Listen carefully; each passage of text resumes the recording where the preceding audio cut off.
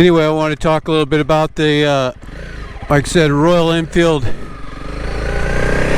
Scram 411, which is a scrambler type motorcycle. It's basically the same bike as the Himalayan, but they took off the crash bars, the wind protection, the windscreen, changed tire size, less ground clearance, less suspension travel. I think the exhaust might be a little bit higher, but basically it's the same bike. It's like a naked Himalayan kind of thing, but it seems pretty interesting. Definitely caught my eye because I've always been kind of interested in the scrambler type bikes. I like the Ducati Desert X, but awful pricey and heavy. But I've always been interested in the scrambler because it can do, you know, some off-road and it's good on-road. And also I was looking it up to see where the closest dealer to where I live is, and there's one in Gilroy, California, and actually they're having a sale, or they're on sale right now, a promotional sale, and they're only $4,369 for a brand new 2023 Royal Enfield Scram 411. And I thought that's a pretty awesome price. So, and I've watched a lot of reviews on YouTube. Not much negative about the bike itself. They said it handles real well on the road, and it does okay off-road. Kind of like I think it's kind of like the KLR, you know, like not good at any one thing, or not great, but good at everything. And yeah, I think it'd be a good all-around bike to have, you know. I think it's more geared towards urban commuter type of thing, but like I said, I've seen him take it off-road. One guy, Nate, I think it was Nathan the Postman or something, he took it off on some single track trails that were pretty rough, and he was impressed. So like I said, it can do whatever your riding ability is. So I'm pretty interested myself in it. Like I said, I've always liked the scrambler-esque look, the retro kind of thing, but yeah. But anyway, I think I finally got my fingers crossed that I got the audio issues fixed. I was pulling what little hair I had out, trying to figure out what was causing the issues, but it come to find out, I think, if I'm not mistaken, it was because I had it set on standard mic plus. So like I don't know what exactly the differences between standard mic plus and standard mic is, but somehow the setting was on that. So I don't know whether that caused all the problems or what. I don't know, or whether I had maybe a broken wire or something, but it was pretty frustrating. But anyway, I'm glad everybody stuck with me throughout all these issues, these audio issues. I went a long time without, like I said, not even having an issue with audio for a long time, and then all of a sudden I had issues and I couldn't figure it out, and changed a lot of the wires, the plugs and connectors out, and you know, just everything I could think of, and I think I finally got it. We'll see. But my last video, I was frustrated, so I just used the GoPro Quick app and took the footage, and they condensed the footage to where it makes it a kind of almost like a short video. They just combine it, and it didn't turn out real great, but I figured, you know, I didn't have time to go out and do some more content, so I just tried to do the best I could at editing to put something out, you know, and it didn't turn out. I'm not proud of the video or the audio or the results, but it was some content, and I knew that it wouldn't get the views and stuff because I just don't really like the way the GoPro Quick app condenses your videos or your files. You know, it's kind of like a snapshot type thing, and but it is what it is.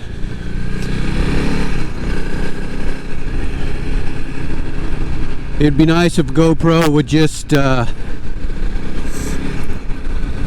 do some work instead of coming out with new models. Like they got the 11 out, the GoPro 11 out already, and then they got the 11. They have a small GoPro 11.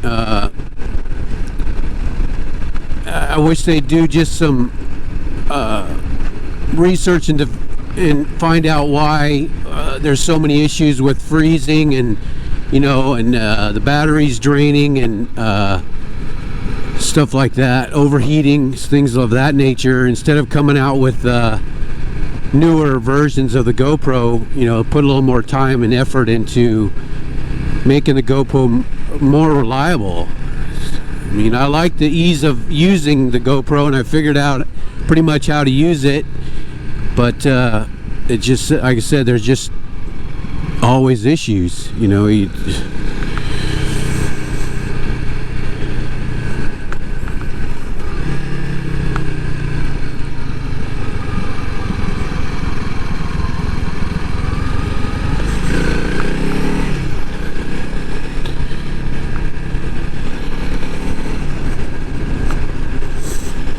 But it's supposed to get 67 degrees today, which is, I don't know, pretty warm, but I didn't realize it was going to be so windy either. I don't remember seeing in the weather report that it was supposed to be as windy as it is, so hopefully the wind noise isn't too bad. But normally in the spring we get a lot of wind, so it's par for the course. But now they're talking that we had so much record snow this year, the snowpack, that late spring and early summer, when it warms up, it's going to be a potential of flooding again, because there's so much snow in the mountains that if it melts off too quickly, that the rivers are going to rise, and we're going to see floods end of spring, early summer, which is not going to be good. But there is a silver lining to the snowpack and how much snow we've gotten.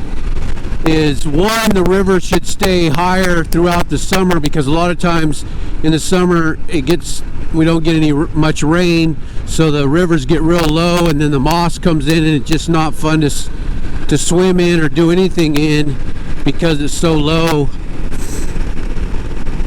So hopefully that'll help the rivers stay full throughout the summer, so you know you can swim and kayak and stuff like that, the summer sport stuff,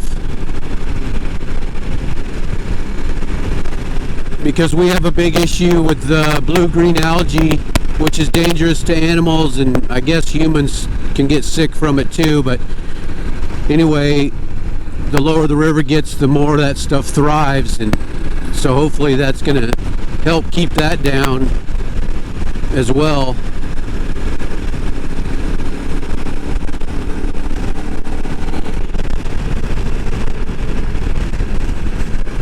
Anyway, I got another Easter egg hunt for my grandkids at about 1 o'clock, so I'm trying to get out and do a video, get that done and edited and posted before the Easter egg hunt. So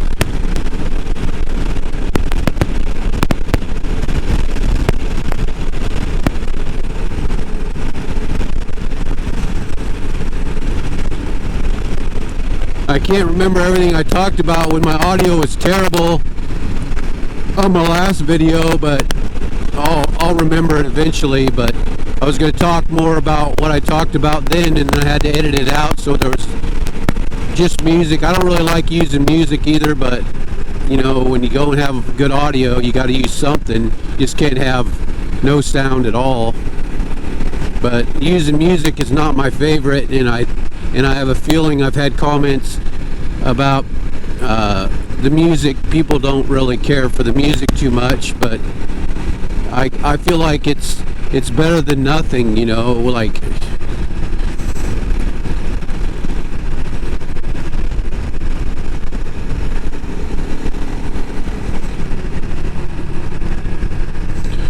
we're only supposed to get rain, I think Monday. I think we get a little bit of rain Monday, and it's supposed to be dry for like 5 or 6 days, which is nice. Dry things out a bit.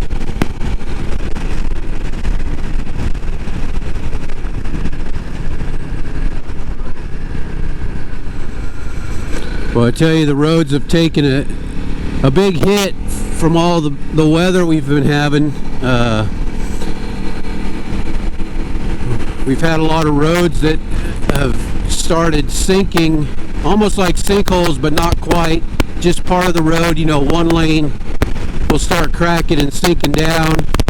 And I noticed in my driving at work, going from place to place, it's just getting bad. A lot of places are starting to sink and crack on the asphalt, and there are going to be big issues here if they don't address it pretty soon.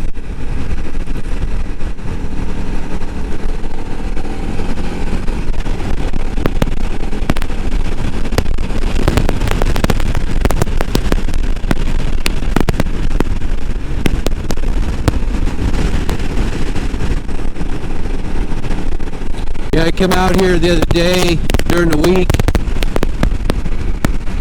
got off early, and I was going to do a little video on this. There's this little, there's a slough out here, and it has a walkway along the edge of the slough. It's like a access road. It's one lane road, 2-track, and it goes out along the bay, around the outside of the bay. And I was going to do a video on my e-bike, and I got out to the parking area and got all geared up and turned on my GoPro, or tried to turn on my GoPro, it wouldn't come on, and I was like, what now? And anyway, somehow the battery had gone dead. I don't know whether it turned on or I didn't turn it off or something. I didn't check it. So anyway, I wasn't able to do a video. I'm going to do a video eventually out here. It's the Hookton Slough Unit is what it's called. Just a hiking road. It's right out there. You can see it.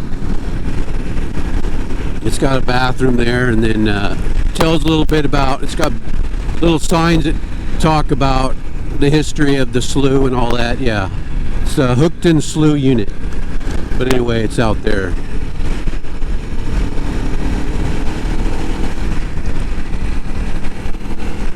And it also has a little boat dock for like canoes and kayaks. So if you wanted to come and do some kayaking or some canoeing, there's a place to launch your boat. I don't think they allow any kind of motors. It's just paddle. But it's kind of cool.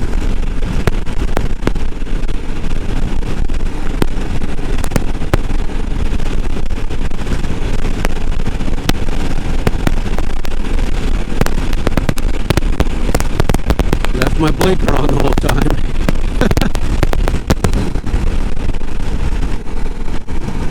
Blinker. And it's in a good spot too, like, oh, power line down. Power pole broke. But you'd think you wouldn't miss the blinker because it's right up in the, a lot of times you get a bike that the blinker's covered up by the handlebars or something. But I just wasn't paying attention. I was looking around.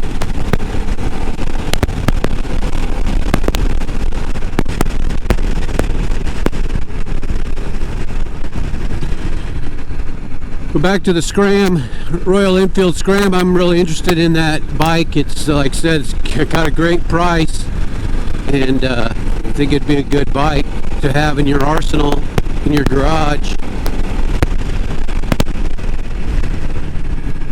Like I said, it does have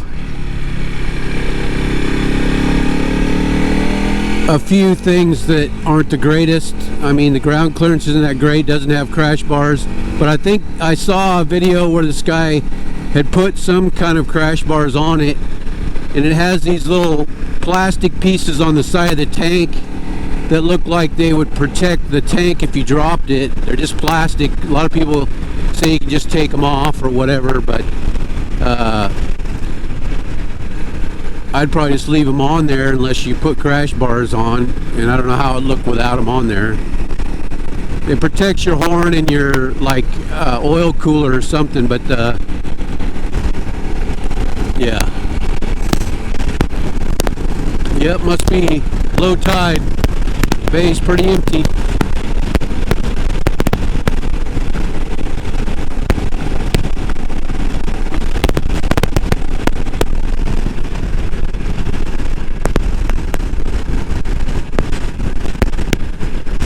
This right here is Bear River Rancheria housing.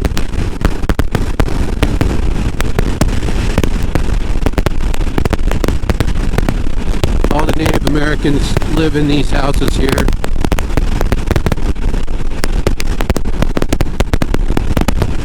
Man, it's windy. Holy Moses.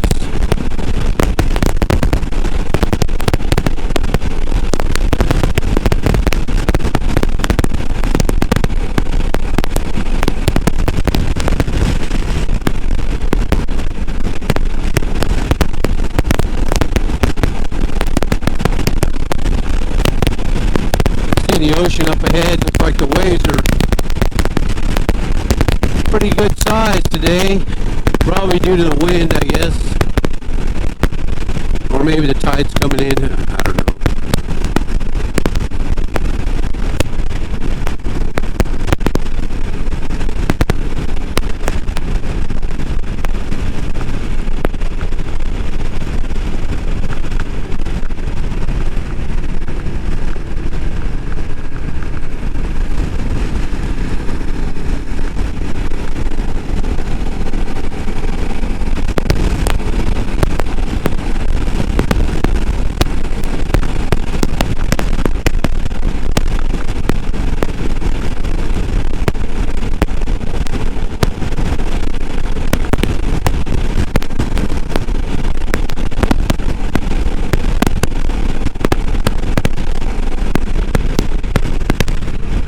I guess you've already noticed that I'm on the 2021 CRF 300L Rally by Honda. I got 2,801 miles.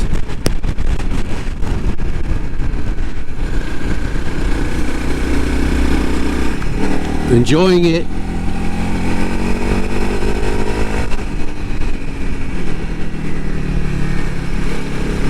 Like I said, there's really no competition for this bike as we speak right now. I mean, the weight, CCs, and all that. So I feel like it's the best in its class by far, because there isn't really anything else in this class overall.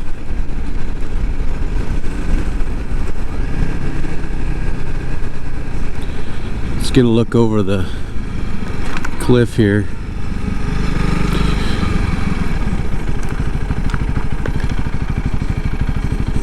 Somebody's got their trailer living out here.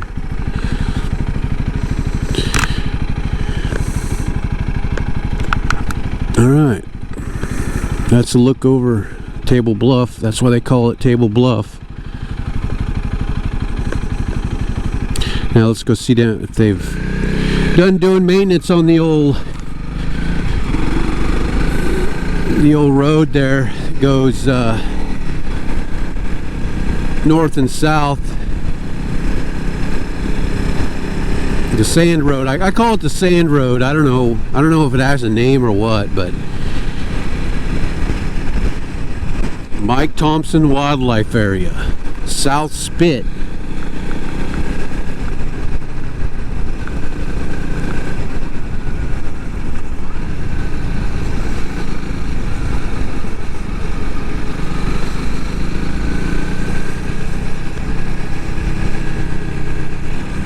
We just call it we just call it the jetty, the south north and south jetty.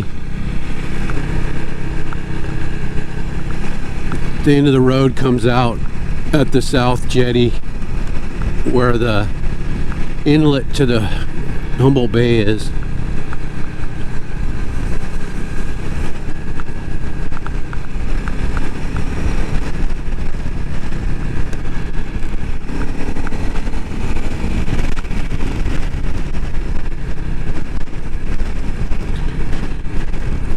I don't know if it's open or not. I see the big mud puddle. That's the only bad thing. There's always a big mud puddle that goes. It's the start of the sand road, so.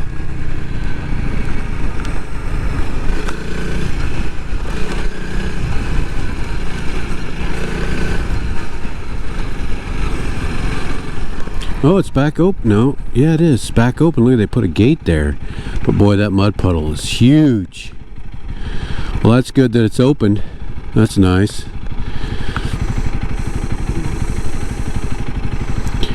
I don't know what that says. No littering. Put up something that's new. That little structure there. I wonder if there's a way around that.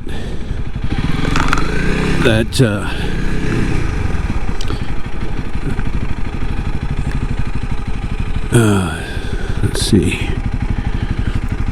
Let me go check it out. See if there's a way around that big puddle. I went through it, but it's a lot bigger and deeper than it was. Oh yeah, you can. But there's another big puddle there. Oh no, you can bypass it. That's nice. You can go right around there. And you can see the sand road right there. I'll come back when I have more time in the day.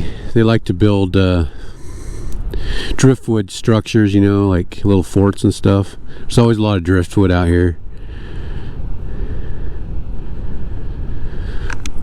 But anyway, I want to thank all my viewers and subscribers for watching my videos. Give me thumbs ups, all the positive comments, much appreciated. Hit that like, subscribe, and that notification bell for the release of my next video, which is either on Saturday or Sunday.